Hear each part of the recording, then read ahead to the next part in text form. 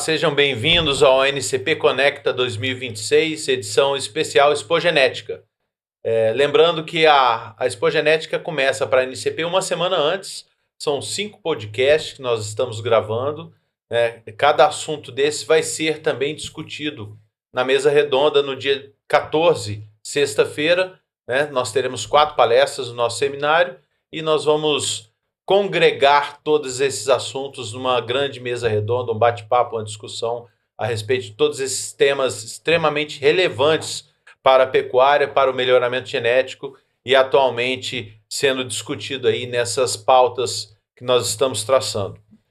Hoje, nosso convidado especial, um grande amigo de longa data, William Cury Filho, né, junto conosco aqui também Fábio Gomes, coordenador da nossa equipe de pesquisa, Ike Cavallari, coordenador técnico da NCP, e uma mesa que vai ser muito, muito gostosa, porque somos todos amigos de longa data. Então a conversa flui com facilidade, lembrando a vocês todos que esses episódios vão ser transmitidos pelos nossos parceiros Canal do Criador, no aplicativo Lance Rural, Remate Web, estarão também disponíveis nos canais oficiais da NCP, no YouTube e no Spotify. Então são 30 anos de NCP, comemorando esse ano 2026, e o assunto de hoje, morfologia e genética. Quando a forma encontra a ciência. Ficou, Maíla, parabéns, hein? Parabéns, um título bastante bem elaborado e um convidado super especial. Ilinha, seja bem-vindo.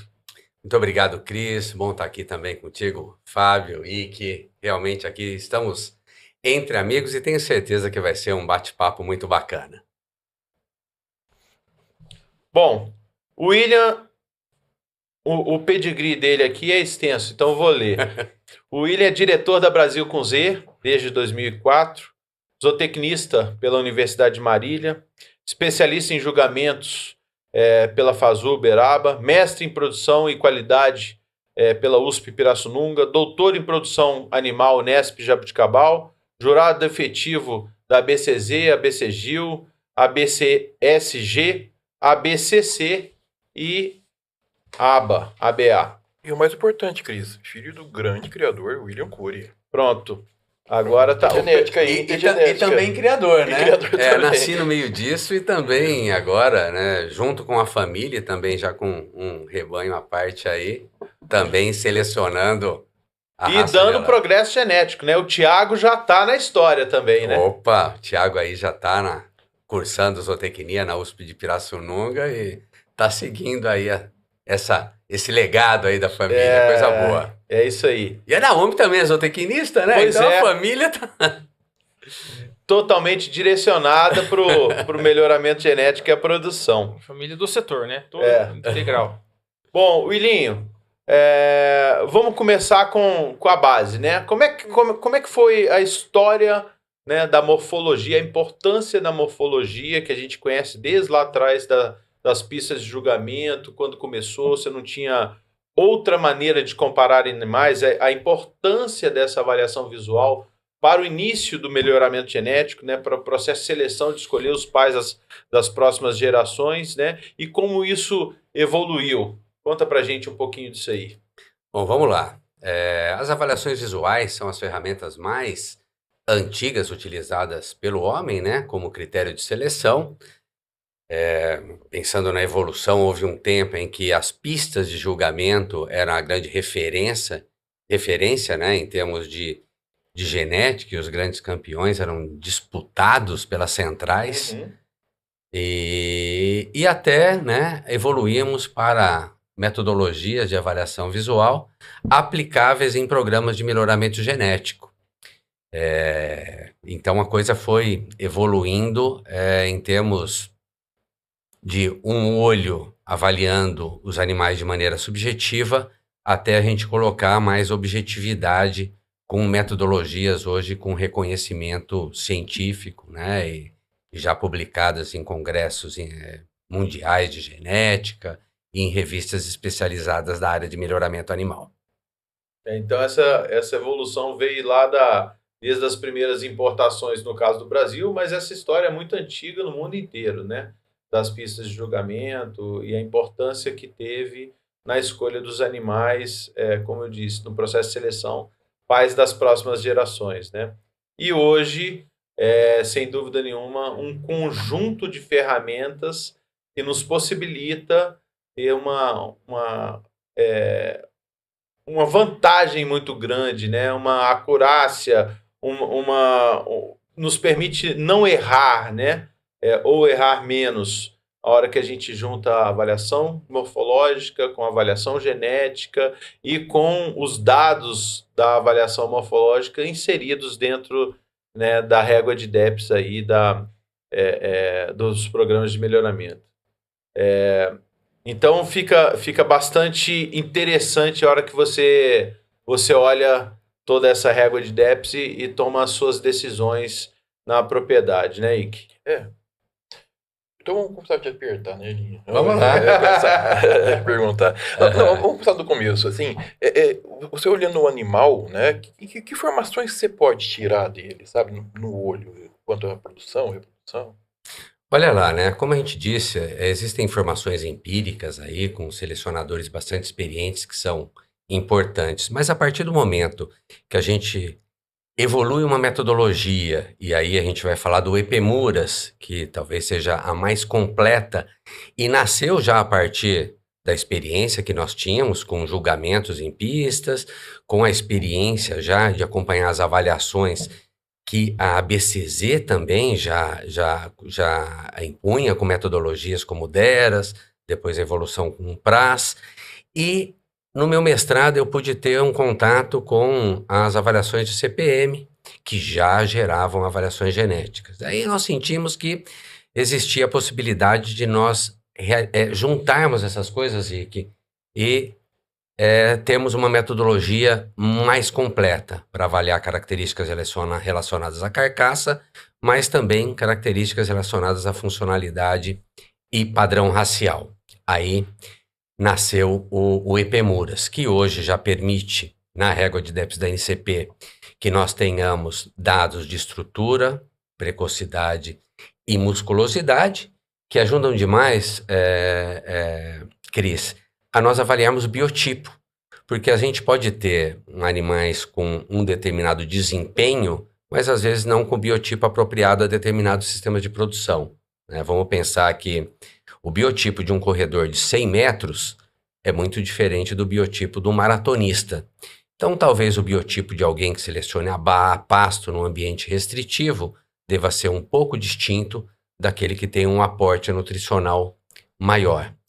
E com isso, com essas ferramentas, a gente consegue selecionar não só peso, mas também a composição de peso, que somado a características funcionais de umbigo, raça, aprumos e sexualidade avaliados no curral, a gente possa ter indivíduos mais completos, especialmente quando a gente fala de reprodutores, onde não estamos selecionando somente bois de corte, mas sim um reprodutor, que tem que ser sim bom de raça, tem que ter um umbigo funcional e tem que ter aprumos também que nos permitam caminhar bem nesses ambientes tropicais em que a gente seleciona o gado, né? Que é basicamente no pasto.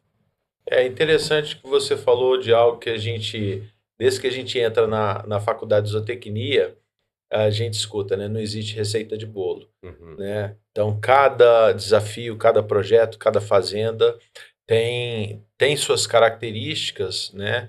E a diversidade que a gente encontra em termos genéticos nos permite, né, escolher os indivíduos que são mais produtivos ou que vão gerar filhos mais produtivos em determinados ambientes diferentes, né, uns dos outros aí. Então, isso nos traz uma ferramenta bastante completa, né, Ike? Adicional junto com a parte da caracterização morfológica. Eu acho que o grande diferencial do EPMURAS, depois do antes PRAS, dela tal, foi ser objetivo, né? Passivo de comparações dentro do grupo de maneira precisa, né? Eu acho que foi a grande sacada do EPMURAS, foi a grande revolução do EPMURAS, hoje usado no Brasil, fora do Brasil, como uma referência, né? E trabalhar com características muito de impacto econômico, quer dizer, características que quase são pré-requisitos do bom reprodutor, que é básico, que é um pré-requisito sexual para o uso e umbigo, também como funcional, e aí sim trabalhar com carcaça e tal. Esse é o grande diferencial, né? É isso aí, que o DERAS, o PRAS eram metodologias interessantes para descrever o animal, mas quando a gente partia para análise estatística para poder gerar DEPs, Fábio, aí elas eram uma somatória de pontos, e aí a gente colocou sim, tem razão, né, Ike, objetividade nisso, até porque o EPM ele é baseado em proporções corporais, isso gera uma métrica muito mais objetiva. A gente tem que realmente simplificar a metodologia para padronizarmos avaliadores, e aí sim temos avaliações que, num processo estatístico, geram DEPs, que permitam a gente avaliar esses indivíduos dentro de grupos de manejo, que formam os grupos de contemporâneo no programa de melhoramento, e aí sim a gente tem, né, um processo de fenotipagem realmente com a qualidade necessária para gerar as avaliações genéticas, né, as estimativas de valor genético dos animais com muito mais propriedade. Exatamente, é isso mesmo. A capacidade, né, essa objetividade em relação a avaliar diferentes rebanhos que possibilita com que nós possamos colocar isso numa modelagem estatística e, de fato, isolar qualquer componente fora do ponto de vista genético para que nós consigamos ter a DEP para cada um dessas características e, com isso, possibilitar a seleção, né, a avaliação disso e, consequentemente, a seleção. E isso é muito importante, essa qualidade do fenótipo, né, na avaliação, porque o fato de ter essa objetividade clara facilita com que diferentes avaliadores possam realizar aquela avaliação e que isso possa ser, digamos assim, comparável quando eu coloco estatística envolvida. Então eu consigo fazer com que o volume de dados seja maior ou muito maior do que seria se eu tivesse medidas individuais, né? E em relação a isso, né, também, a esse aspecto de pensar aqui no que nós temos, né, da estrutura, precocidade, musculosidade, e é interessante porque elas partem desse contexto de biotipo do animal, necessariamente, e reforçam o que nós sempre discutimos em relação ao equilíbrio. Que o William comentou ali, né? Animal às vezes é muito bom para alguma coisa, mas ele não tem um biotipo adequado para aquela situação. E equilíbrio, inclusive, dentro da própria régua de DEPS, né? A gente fala muito disso. Exatamente. É o equilíbrio discute-se muito, né, do animal ter as características desejáveis ao se avaliar ele visualmente, né? E isso é importante, somente quando fala de um reprodutor, né? Então, assim, é muito importante porque quantas pessoas, vamos pensar assim de modo bem geral, quantas pessoas gostam antes de escolher um touro para ETF, não gostam de ver o touro, não gostam de lá na central, onde ele tiver, olhar o touro, ver, avaliar os touros naquele lote, naquele grupo, comparar. Então isso é importante, né? E essa questão dessas características, né, morfológicas que são avaliadas nos permite então de identificar isso. E no campo, na tua experiência, você observa que a seleção, quando se é feita com base nas DEPs, ela gera resultado aplicado ao produtor? Sem dúvida, Fábio, né? A gente tem que usar as ferramentas disponíveis. Então, a avaliação fenotípica, que pode gerar uma avaliação intra-rebanho, ponderando diferentes características, inclusive biotipo, são bastante importantes. Afinal de contas, a gente está identificando os animais superiores naquele sistema de produção específico. Porém, né, ao utilizarmos as avaliações genéticas, nos permite identificarmos quais reprodutores têm maior capacidade de transmitir essas características à sua progênie. Porque tem touro, né, que a gente sabe que fenótipo é o resultado do potencial genético mais o ambiente, né, em que ele foi criado. E quando a gente tem avaliação genética, a gente, né, tá isolando um pouco mais esses efeitos ambientais e, poxa, esse touro aí, porque tem o tal do touro mentiroso, né? Ele é costeludo, musculoso, mas às vezes ele não tem a capacidade a consistência genética para transmitir essas características. E quando a gente junta aí um fenótipo adequado com uma avaliação genética que também condiz com aquele fenótipo, a garantia desse resultado maior é muito maior. É muito melhor, né? Mais eficiente. E a gente está num momento em que a gente tem que falar muito mais em interpretação de régua de DEPS do que simplesmente seguir uma seleção baseada no índice, que é necessário, né? A gente sabe que o mapa exige um índice dos programas de melhoramento genético, mas às vezes ele é traduzido de uma maneira muito agressiva pela parte comercial e as pessoas não se atentam à importância de avaliar melhor a régua de DEPS ou de ver, às vezes, esse animal tem um índice grande, mas ele é um índice alto, mas ele é muito grandão, então ele vai ser muito exigente em termos de aporte nutricional, ele não serve para o meu sistema de produção, eu tenho que usar mais isso, enfim. A gente tem que ter a capacidade de interpretar que nem tudo mais é o melhor, né? Vou dar 2 exemplos. Leite, super importante de nós selecionarmos a habilidade materna, mas não pode ser a ponto que ela comprometa a parte reprodutiva. Essa res se doou muito para o bezerro, se desgastou demais e ela não concebe. Tiramos o equilíbrio. Ou peso ao sobreano. Puxa, importante. Ele é uma ponderação boa dentro, né, do índice, o desempenho, mas também pode conduzir a animais não em sintonia com o sistema de produção praticados, né? Ou até ser um animal pesado, mas, por exemplo, ele tem muita frente e não coloca carne no posterior. Aí nós estamos... Então, a tal de um olho no peixe, outro no gato, sabe? Mas eu acho que está tendo um amadurecimento já, né, William? Eu acho que sim. A gente vê, inclusive, comercialmente, né, nos leilões, nos eventos, a gente vê o comentário sobre o índice, mas sempre tem algumas DEPs, habilidade materna, área de olho de lombo, né? Tem várias características que também são comentadas, né? Aspecto reprodutivo, a nossa 3P, né? Que é bastante valorizada. Então, eu acho que a gente passou por um momento do índice, mas nós estamos, vamos dizer que em transição, né, Ike?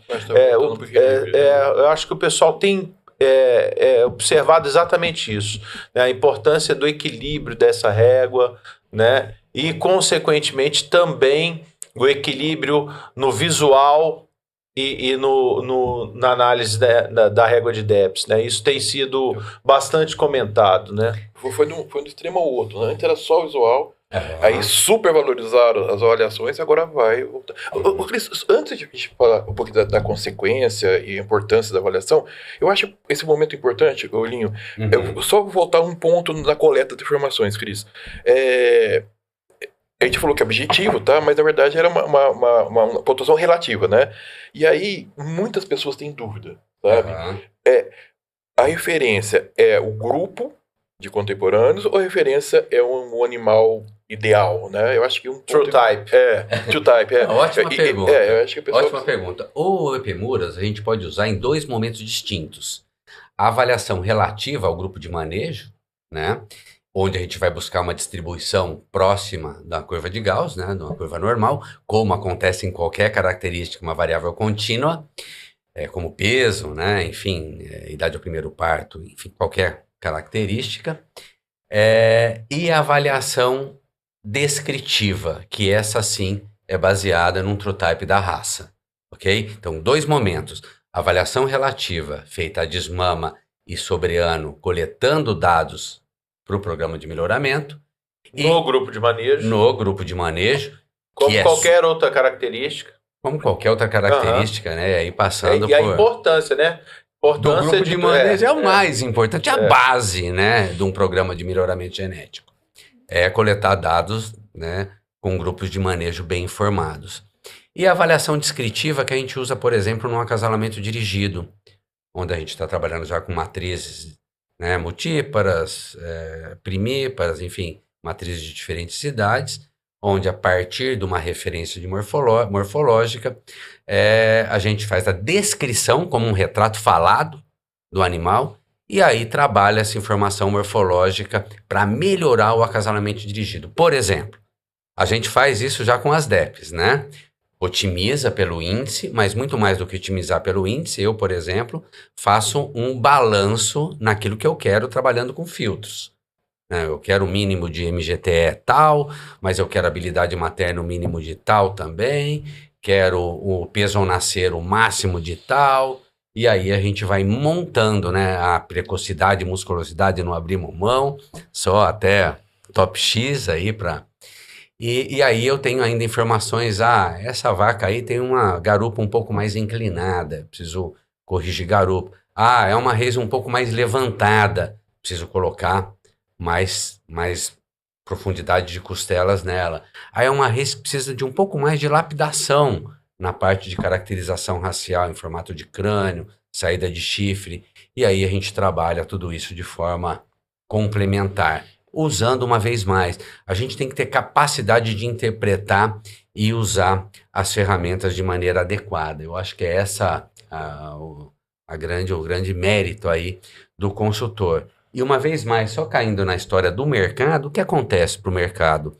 É muito mais fácil para alguém que está vendendo sêmen ou para alguém que está vendendo um animal simplesmente falar que o índice dele é tal, ao invés de ter uma interpretação mais completa da morfologia e da régua de DEPS. Mais ou menos. Mas assim, um adendo, né? Eu acho que mesmo no campo, essa venda está cada vez mais consultiva, né? Tem que ser.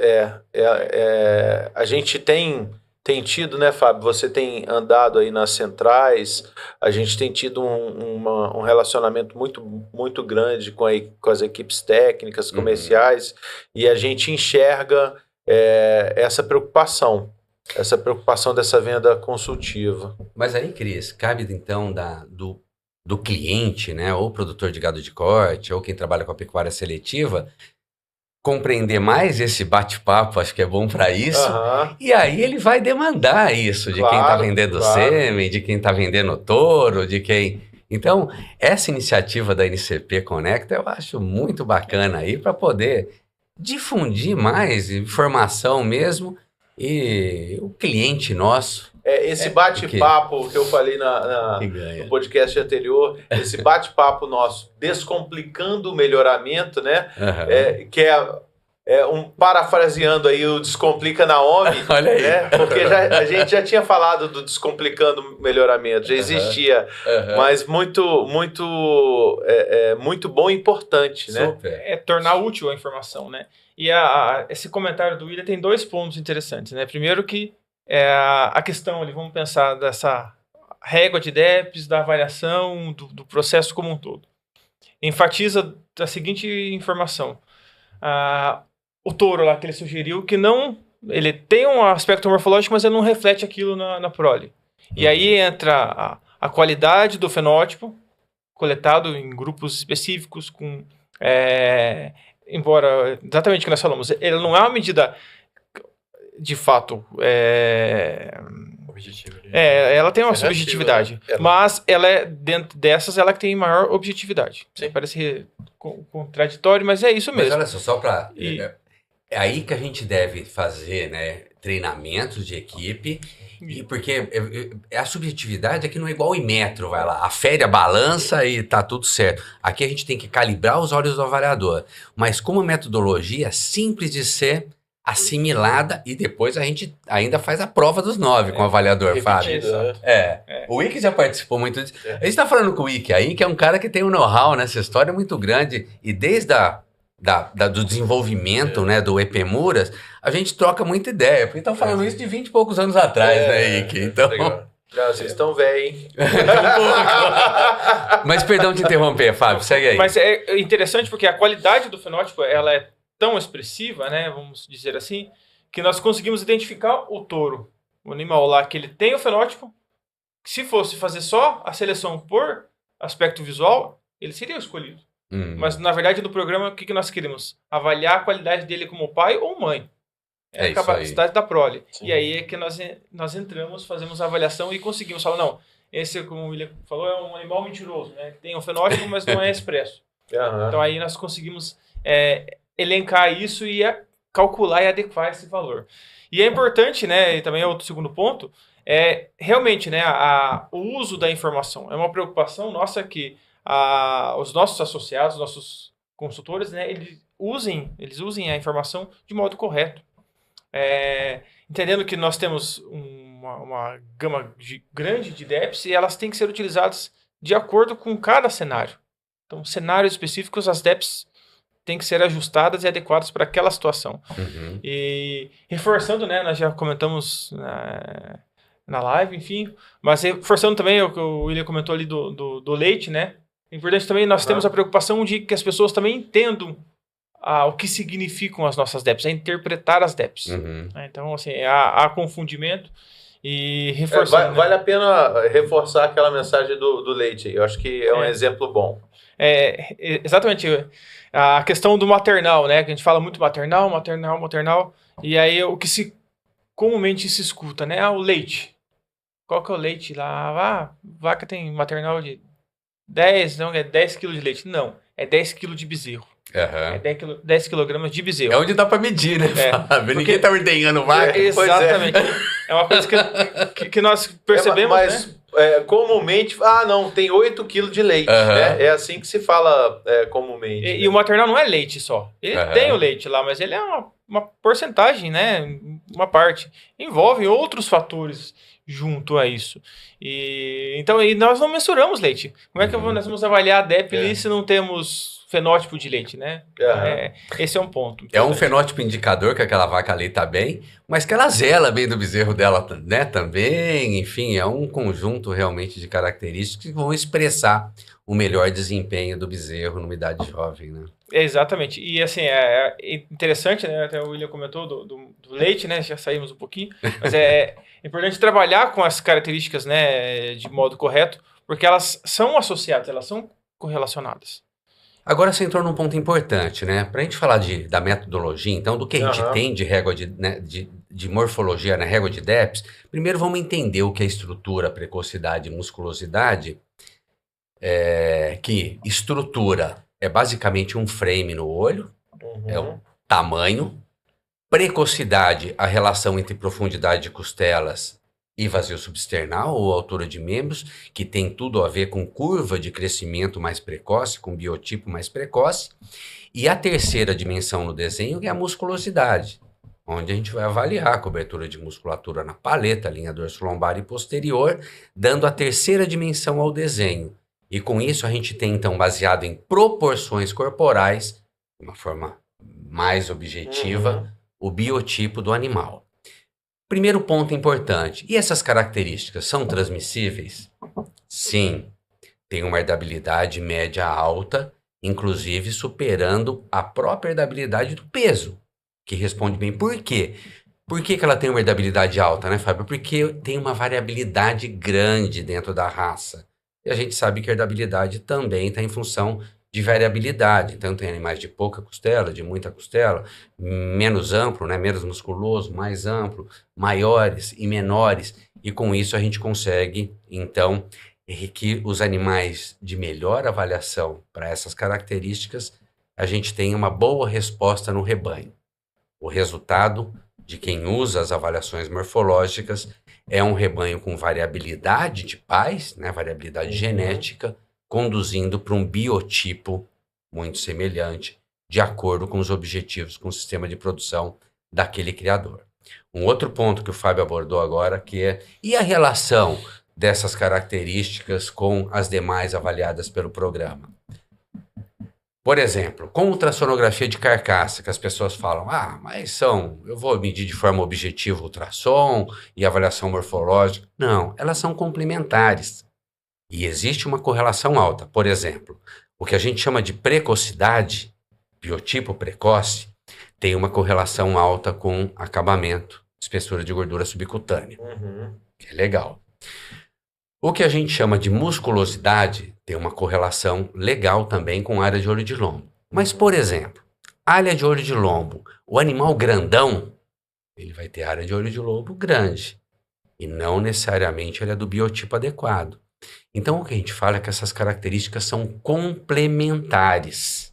Não é uma coisa ou outra. Se a gente trabalhar com as duas, a gente vai chegar a um objetivo de maneira mais rápida, mais precisa. Aí a gente pensa, aí com características de crescimento, tem relação? Tem. Vamos interpretar. Com características reprodutivas, tem relação? Você sabe que precocidade, o que a gente chama de precocidade, teve um trabalho da Flávia Paterno, que nós co-orientamos, que, inclusive com dados da NCP, que mostrou uma correlação super alta de precocidade sexual com esse biotipo precoce, que faz todo sentido se a gente fizer uma interpretação biológica de curva de crescimento, claro. Mas que depois a gente consegue provar isso com a ciência, sabe? Então nós estamos colocando ciência nos olhos. Essa é a história. E existem ainda características como umbigo, que a gente pode passar a gerar adeptos. Aí as nossas conversas de possibilidades futuras, inclusive com a gamética. Características axiais são importantes, sabe? Onde a gente pega uma linha dorsolombar ruim também, um sacro saliente, os aprumos são importantes. Então, a gente deve sim somar essas experiências, essas ferramentas, para nós chegarmos em animais mais completos. Fico contente do Wiki colocar, realmente a gente está num momento aí em que a gente partiu de extremos, né? E a gente parece que vive num mundo polarizado pra caramba, para irmos para algo mais equilibrado. O próprio o IPM, né, na verdade, sofreu isso, né, Eugênio? No começo foi super valorizado de maneira individual, hoje também os técnicos já conseguem passar a mensagem para os criadores e tal, que exige uma ponderação entre os 3 itens também, né? Não é quanto mais melhor, de maneira individual. Já você vem falando há muito tempo isso, mas tá entrando também. Foi pro extremo, quanto mais pontuado, melhor, né? E agora tá os ajustes necessários, né? Isso. Inclusive, na pontuação, a gente faz alguns ajustes. Porque, por exemplo, estrutura. Quanto maior, melhor? Não. Mas também ninguém quer um bicho muito miudinho, que não tenha depois velocidade de crescimento, por exemplo, em machos terminando em confinamento. Né? Estrutura. Isso aí traz um outro tema que eu acho super importante, porque em gado de corte, nós não temos linhagens paternas e maternas, como em frango, em suíno, onde a gente vai construindo, né, uma genética em avoseiro, depois fica fácil fazer os cruzamentos ali. Em gado de corte, nós precisamos de machos que tenham um desempenho forte, né? Até terminados em confinamento, tem um desempenho. Quando a gente paga um ágio grande no bezerro como hoje, a gente não pode chegar ao final com uma carcaça muito leve, porque a gente toma tinta do ponto de vista econômico. Só que nós temos as matrizes que vão ser mantidas em sistemas de produção a pasto, que é a maneira econômica de nós trabalharmos com o setor de cria. Equilibrar isso não é fácil. E aí sim, as apps morfológicas são a grande ferramenta e nós estamos num momento em que a NCP, acho que é o momento adequado da gente fomentar mais, treinarmos mais os nossos consultores que são super capacitados e massificar essa coleta. Nós estamos num momento, enfim, acho que num momento apropriado para isso. Realmente, né? Importante, acho que aumentar, nós falamos muito disso, falamos sempre de fenótipo, né? E é importante sempre o estímulo para que o fenótipo seja coletado sempre o máximo possível, mais abrangente possível na população. Então, é importante sempre reforçar isso, né? Só o genótipo A gente está falando isso em todos os momentos, os podcasts que nós gravamos aqui, a importância, né? A genômica veio, ela tem uma contribuição extraordinária, essencial para o negócio, mas a gente não pode deixar de coletar esses fenótipos para, vamos dizer, para reimputar nessa história genômica. É exatamente, Cris, porque às vezes o produtor, ele chega, puxa, genômica, eu faço genômica, o que mais que eu preciso, né? Se é uma tecnologia super de ponta. Mas tem que ter a consciência que essa genômica ela é recalibrada a partir dos novos dados fenotípicos. E aí a gente vai chegando a algo mais preciso. É um assunto recorrente, mas não tem como, É. né? A gente não falar dele.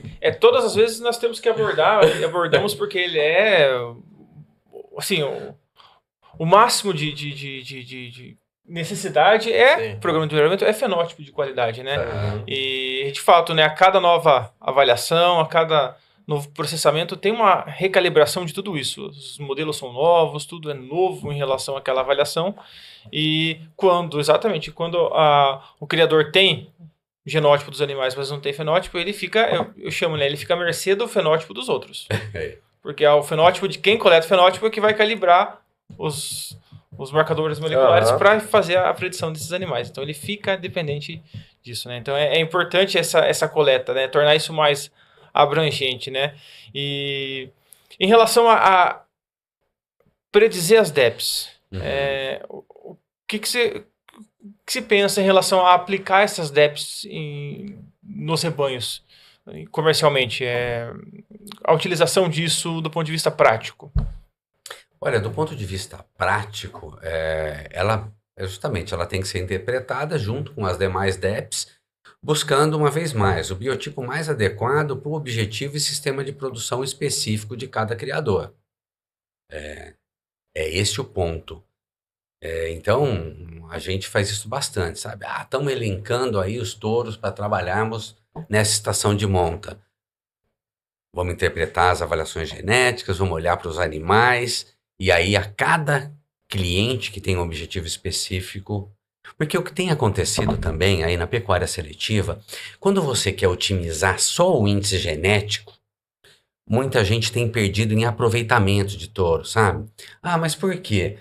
Porque tá tombando muito cupim, porque tá perdendo muito por aprumos, né? Tá perdendo muito reprodutor por aprumos, tá perdendo reprodutor por despigmentação, por caracterização racial. E isso impacta economicamente o cidadão, né? O selecionador, quem trabalha com pecuária seletiva. E pro corte, impacta tanto uma despigmentação? Não impacta tanto, não. Mas, de qualquer maneira, todos querem produzir uma bezerrada mais homogênea, querem produzir, né, depois bois que entrem num processo de terminação e terminem de forma mais homogênea, e aí o biotipo vai ser fundamental. Então, uma vez mais, a interpretação desse biotipo de acordo com o sistema de produção específico de quem está recriando, de quem está terminando esses animais no corte também é extremamente importante. Ô Ilinha, eu tô olhando aqui, tem um roteiro que a Maíla montou, super bem montado, né, e a conversa vai divagando e a gente vai... Aí eu dei uma olhada de lado aqui na cola do Fábio para ver onde é que ele considerou, já que já foi respondido. E agora tem uma pergunta do Ike, que é exatamente sobre esse assunto, né, que você começou a falar, e que eu vou roubar a pergunta do Ike. Não, na verdade, essa ferramenta nossa, né, do ANCP PAG, né, e esse direcionamento dos acasalamentos, das informações morfológicas, na prática, né, eu acho que é interessante, né, Ike, contar como você faz num rebanho selecionador, num rebanho mais comercial, como é que é o momento da escolha, como você faz essa escolha, como você leva para o curral. Conta pra gente na prática como é que é essa função. Legal. Vamos lá, na prática, o que eu faço? A gente trabalha com... Quais são os touros disponíveis no mercado? Temos de sêmen. Elencamos os touros. Aí eu pego um criador especificamente... Você elencou o touro pelo visual. A pergunta do que assim? Pelas duas coisas, pela avaliação visual e pela você tá bom, você escolheu tudo, tá, vamos lá. Já defini os touros disponíveis. Na verdade, eu elenco primeiro pela avaliação genética. Sim. Aí depois vou olhar os touros. Isso é eu acho muito legal. Vamos lá, passo a passo. Então vamos lá, passo a passo. Receita. Primeiro genética. A gente elenca primeiro. Você faz o filtro genético. Faço o filtro genético. Avaliação genética. Isso. Depois vou ver os touros. Perfeito. Aí eu faço uma ponderação até dessa parte genética, porque a gente sabe que os touros jovens, eles tendem a ter uma estimativa de valor genético mais alta, que depois vai se acomodando. Se for só pela parte genética, você vai ficar só em touro jovem. E eu também preciso usar touros que eu já conheço, melhor o resultado. Então isso também faz parte da minha ponderação, depois de acordo com cada um dos clientes que nós vamos atender. Beleza. Aí eu vou para a central. Aí eu olho o reprodutor, faço um Epimuras, retrato falado desse produtor, aponto, tem pigmentação é assim, a pruma eu tenho que cuidar disso, a parte de saída de chifre eu tenho que cuidar um pouco daquilo, já tenho isso na cabeça, beleza? Defino os touros para um determinado cliente em específico. Rodo pelo MaxPag todos esses touros com todas as matrizes. Fico com uma planilha completona disso. Vou com essa planilha pro curral e aí eu faço filtro. Ah não, agora eu estou acasalando super precoce. No meu filtro eu peso mais a DEP de peso ao nascimento. Aperto ali para a gente não ter problema nisso. Ah, esse rebanho ele é um pouco mais fraco em habilidade materna. Eu preciso evoluir, mas eu não posso apertar tanto nessa característica, senão eu vou ficar com um universo pequeno de reprodutores que vão atender essas matrizes. Entende que a gente vai ponderando isso, olhando também para a tendência genética do rebanho e vendo aonde que eu posso apertar mais, onde eu posso apertar menos. Quando eu estou trabalhando com novilhas, geralmente elas têm uma média de avaliação genética mais forte, eu aperto mais. E aí eu estou trabalhando com as vacas nemotíparas, eu cedo um pouquinho nos filtros. Aí eu trabalho com autofiltro.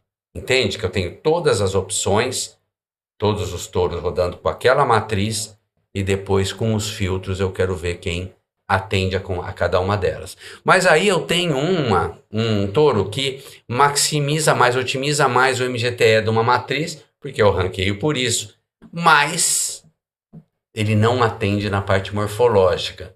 Aí às vezes eu vou para minha terceira opção, quarta Se a opção. vaca tem garupa escorrida, o touro também tem um pouco, então não é pra ele, né?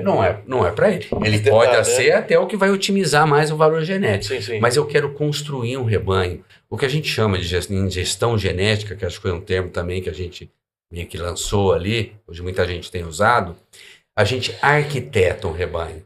Nos rebanhos que particularmente nós atendemos via Brasil com Z, a gente vai arquitetando um rebanho e não está cuidando simplesmente de otimizar um valor genético, que seria fácil. Aí é mais fácil. Mas a gente quer que esse rebanho tenha uma identidade e cumpra com o objetivo de forma mais específica. Porque quanto mais a gente conhece também de melhoramento, a gente sabe o potencial da ferramenta, mas também as limitações.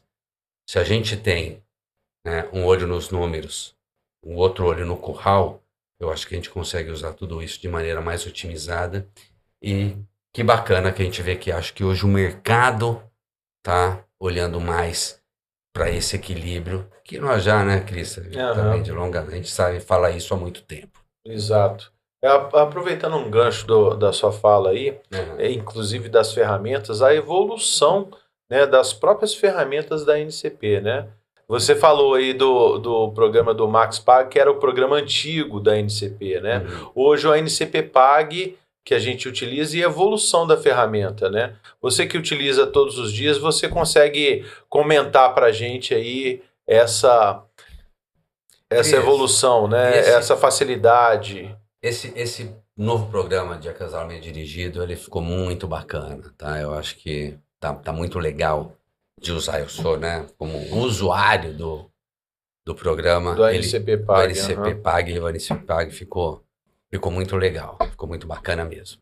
E a todo momento, né, Fábio, a gente pensando, estava com o Danilo aqui na live aqui, a gente falando de evolução constante nas metodologias, nas ferramentas, o próprio NCPNet já com uma versão no forno, né? A gente já está pensando também em algumas modificações na facilidade da utilização do programa, da inserção do envio de dados, né, Fábio? Isso é recorrente, né? A gente pensa nisso todo dia. Tornar mais fácil o uso, mais intuitivo algumas vezes as informações, né? Isso é importante Como, até o ponto, né? Como nós temos o interesse no fenótipo de qualidade, nós também temos que Oferecer uma informação. Facilitar, né? facilitar o recebimento dessa informação de qualidade. Então, isso são processos, melhorias constantes na utilização da nossa ferramenta lá no campo, mas também para trazer do campo e enviar para que nós possamos fazer a avaliação de melhor qualidade. Então, é um processo contínuo, extremamente importante, né? Frequentemente, quase que diariamente, ele é discutido, cada momento que ele faça uma ponderação, uma mudança, ele é discutido de modo a maximizar e tornar mais acessível, né? Isso é bastante importante. O cidadão não tem que ser um PhD formado em Cornell aí para pegar as informações que a NCP disponibiliza, né?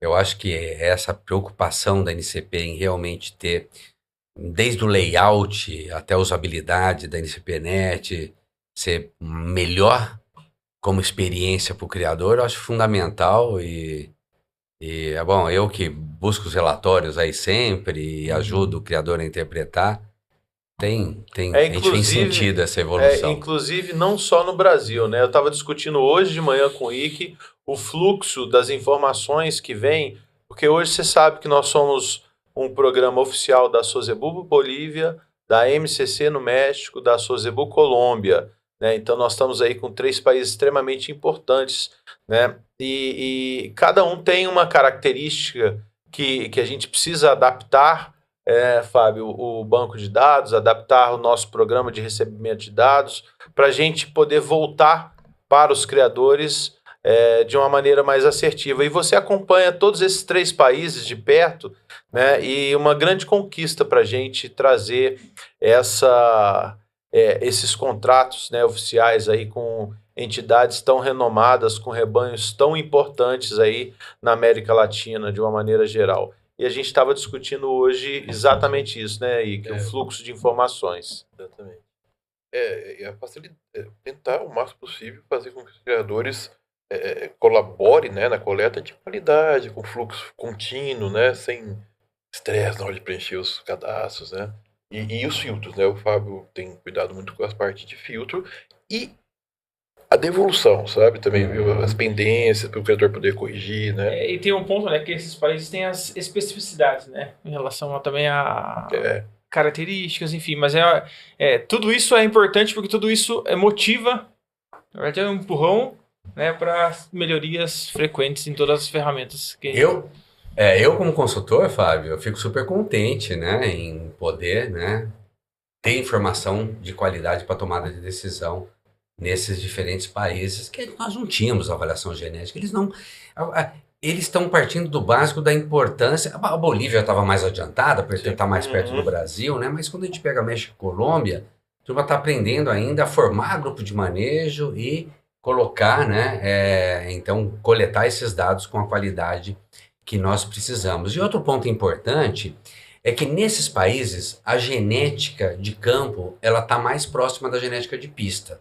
No Brasil a coisa deu uma distanciadinha, nesses países a coisa está mais perto, o que considero muito saudável, sabe? Então,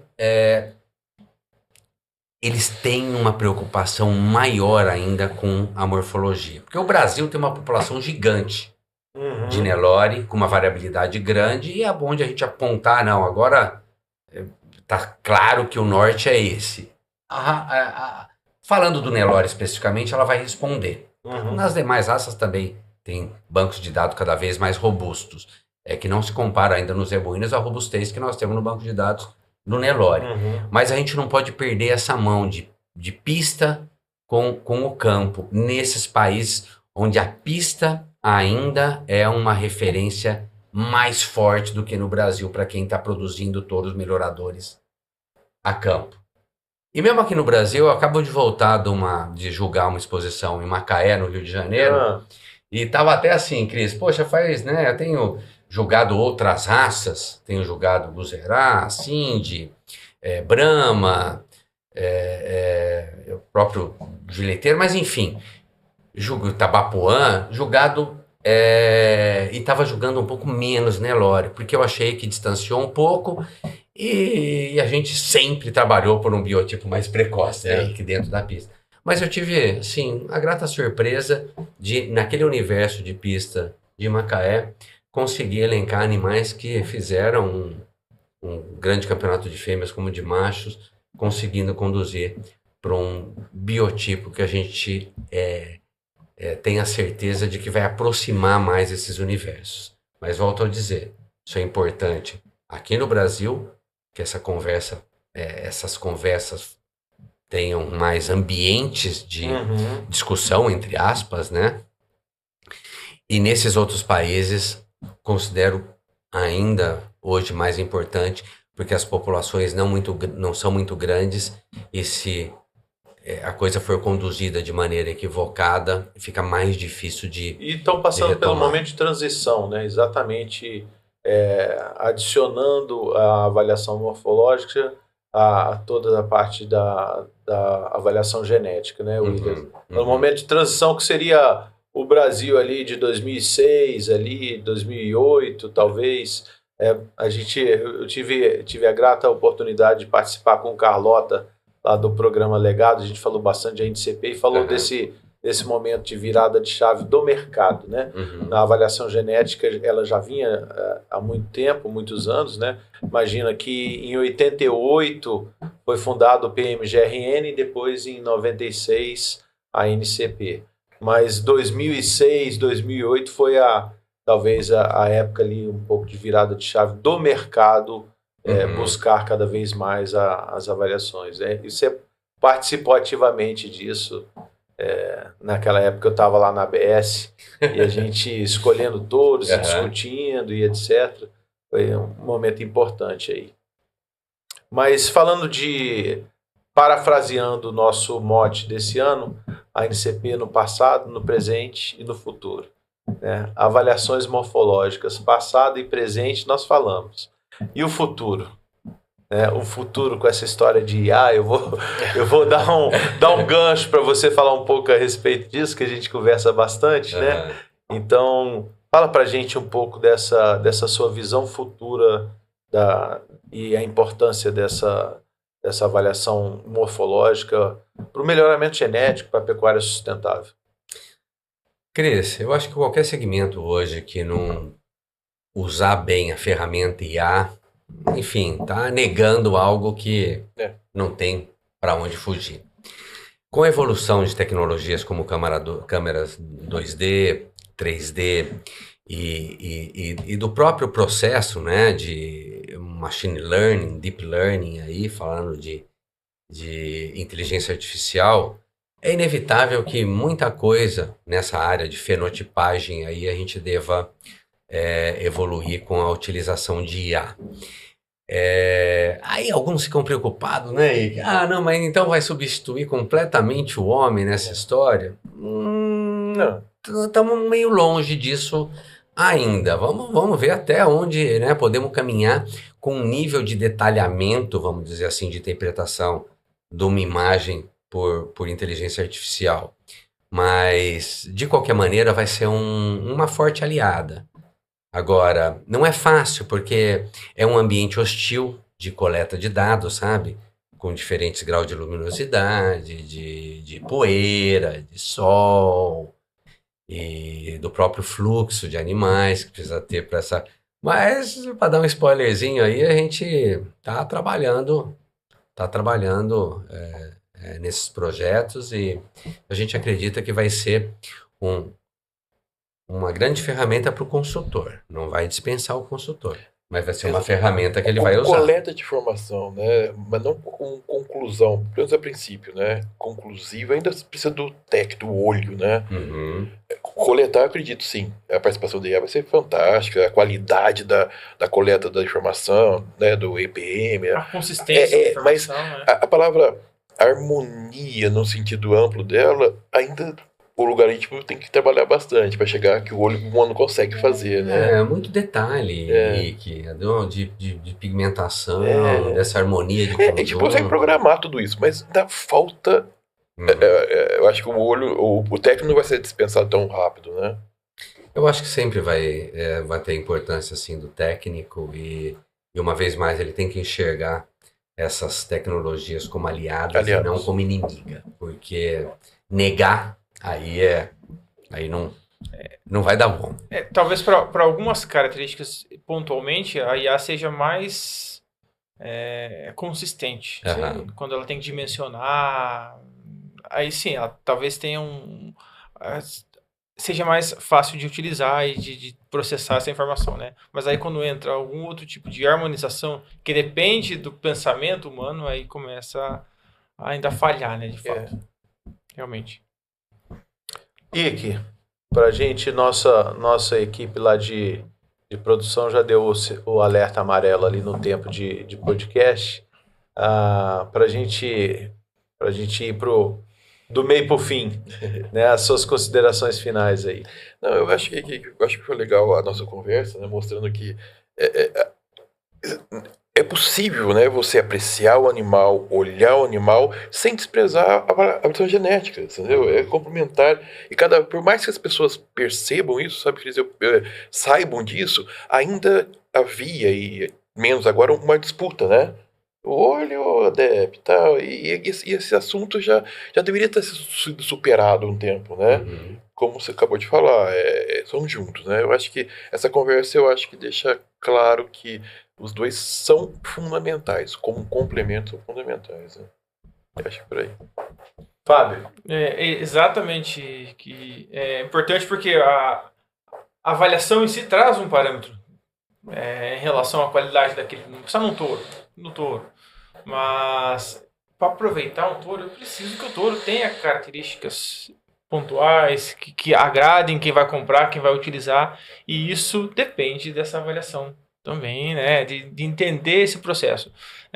O animal tem que ter o tipo, a cara, eu brinco, né, de um touro. Então ele tem que ter esse aspecto, né. Isso faz até uma brincadeira, um trocadilho, mas mais vinculado, né, na sexualidade, né, um touro tem que ter cara de touro. Mas, então a informação genética, ela é importante, ela é extremamente importante, mas ela tem que ser complementada com outras informações e com bom senso na utilização. É sempre aquela história, né, do bom senso, equilíbrio, entender o que cada coisa significa, como utilizar, em que situação utilizar. Como as DEPs não existe o conjunto chave ouro de DEPs que eu tenho que utilizar em todos os rebanhos, também não existe aspectos morfológicos que eu só tenho que usar esses parâmetros para todos os rebanhos. É tudo muito equilibrado, né? Tudo muito pensado em cada situação. É muito, muito boa a nossa conversa, tá, William? É um prazer, né? Sempre conversar sobre morfologia e tudo mais, é muito agradável. Tá? Obrigado da participação. Com o Papa da morfologia, né? No Brasil e na América Latina, né? Ô William, para a gente finalizar então a mensagem final sua, mas eu vou provocar essa mensagem final. A gente observa que os grandes projetos de seleção, cada projeto tem a cara, né? A gente sabe que o rebanho do fulano de tal tem aquela cara, né? E ele busca morfologicamente, né, a seleção. Então, o que o Fábio estava falando é bem condizente, né? Até mercadologicamente, a gente tem que encontrar a cara do rebanho nos seus indivíduos, né? Então, mensagem final provocando aí a sua linha de pensamento. Cris, é isso aí, tá? Eu acho que, pegando um pouquinho aí de cada um, eu acho que sim, os rebanhos têm que ter uma identidade, a gente tem que atentar cada vez mais para a interação genótipo-ambiente, né? Alguns criadores da pecuária seletiva estão turbinando demais o sistema de produção e às vezes esses animais não vão funcionar bem no que é o sistema de produção médio da pecuária comercial, a gente tem que atentar um pouquinho mais para isso. E dentro dessa ótica ainda, colocando sim uma identidade no rebanho, uma identidade de biotipo, uma identidade da própria cara desse reprodutor, tanto nos aspectos de masculinidade, quanto na melhor expressão racial, porque uma coisa não é antagônica à outra, né? Como fica, então, para eu selecionar um bicho raçudo, eu não consigo com o número? Para com isso. Isso aí. Para com isso. Dá sim, né? Para a gente selecionar animais mais completos, usando as ferramentas adequadas, e com isso a gente vai andar mais forte, acelerar mais forte e errar menos. Usem as boas ferramentas e vamos errar menos, e defina bem, né, para ir falando para o cliente o seu objetivo, e aí, interpretando bem tudo aquilo que a gente pode utilizar para cumprir teu objetivo, você vai ter mais resultado. Isso aí, falando direto para o nosso cliente ANCP. É isso aí. Então, gostaria de agradecer aí a sua presença. O William Cury Filho, o CEO da Brasil com Z, Boi com Bula, marido da Descomplica Naomi, Pai do Thiago, do Matheus, Filho do filho do e amigo nosso, né? Amigo nosso. Aí. Obrigado, Ilinha. Obrigado, Ike e Fábio, por nos acompanhar aqui. Obrigado a você que está nos assistindo. Mais uma etapa aí do ANCP Conecta 2026, edição Expogenética. Fique atento nos outros episódios e também no dia, volto a reforçar o convite para o dia 14 de agosto, sexta-feira, onde nós teremos 4 palestras, depois uma mesa redonda que estará discutindo todos esses pontos que foram abordados aí durante essa semana. Um grande abraço para vocês aí, fiquem nas nossas redes sociais, no nosso YouTube, vai estar disponível esse podcast, no nosso Spotify e nas nossas parcerias aí com o canal do Criador, no aplicativo Lance Rural, Remate Web. Muito obrigado.